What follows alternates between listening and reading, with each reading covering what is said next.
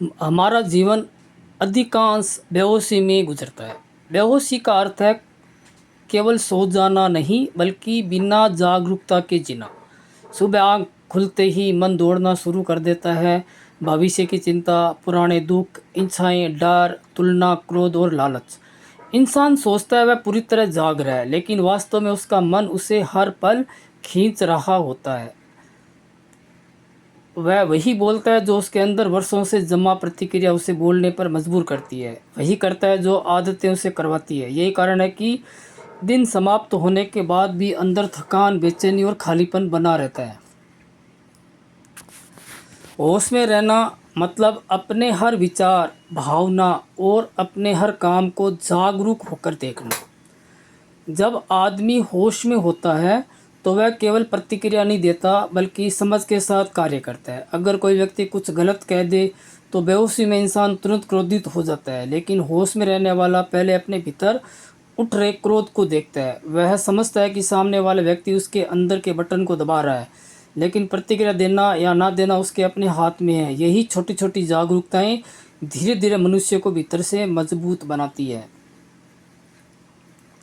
दैनिक जीवन में होश की शुरुआत सुबह से होती है। जैसे ही आँख खुले, तुरंत मोबाइल या बाहरी दुनिया की तरफ भागने के बजाय कुछ क्षण अपने साथ बिताना चाहिए। अपनी सांसों को महसूस करना चाहिए, शरीर को महसूस करना चाहिए और ये देखना चाहिए कि इस समय मन की स्थिति क्या है।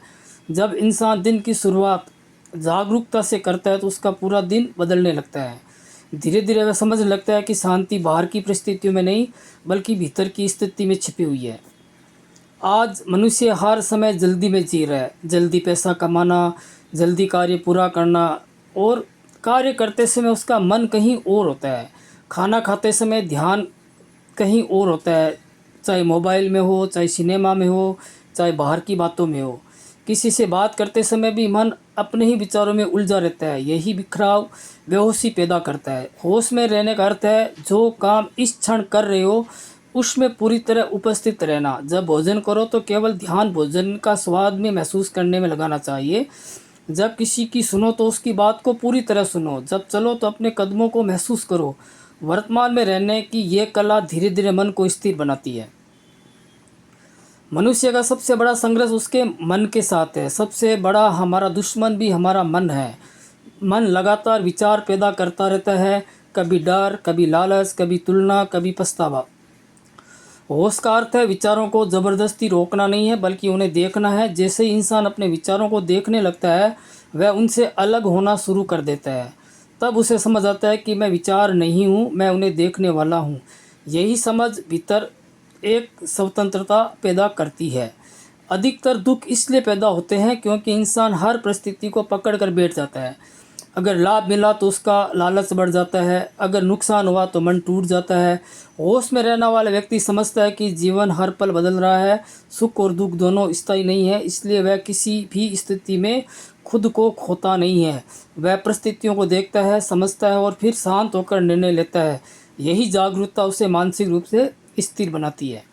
आज के समय में सबसे बड़ी समस्या यह है कि इंसान अपने आप से दूर हो गया है।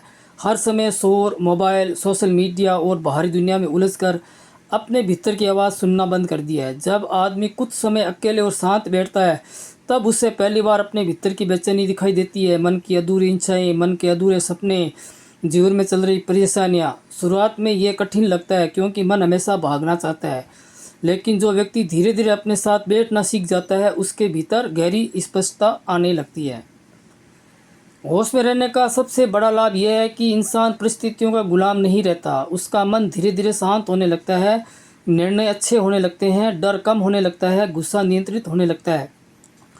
वह दूसरों को दोष देना बंद कर देता है, खुद को समझना शुरू करता है। यही समझ जीवन में बदलाव ला के आएगी। बाहर की सफलता से पहले भीतर की जागरूकता जरूरी है, क्योंकि अगर मन ही अस्थिर है तो कोई भी उपलब्धि लंबे समय तक शांति नहीं दे सकती। असल में होश कोई किताबों से सीखने वाली चीज़ नहीं है, यह हर पल अभ्यास से पैदा होता है। जितना इंसान खुद को देखना शुरू करेगा, उतना ही वह जागने लगेगा। धीरे धीरे उसे समझ आएगा कि जीवन का सबसे बड़ा आनंद भविष्य में नहीं, बल्कि इसी वर्तमान क्षण में छिपा हुआ है। जो व्यक्ति वर्तमान में जीना सीख गया, वही वास्तव में जीना सीख गया। दोस्तों, ये कैसा लगा वीडियो आपको? कमेंट में ज़रूर बताना। कृपया मेरे चैनल को सब्सक्राइब करना और ज़्यादा से ज़्यादा लोगों तक शेयर करना। धन्यवाद दोस्तों।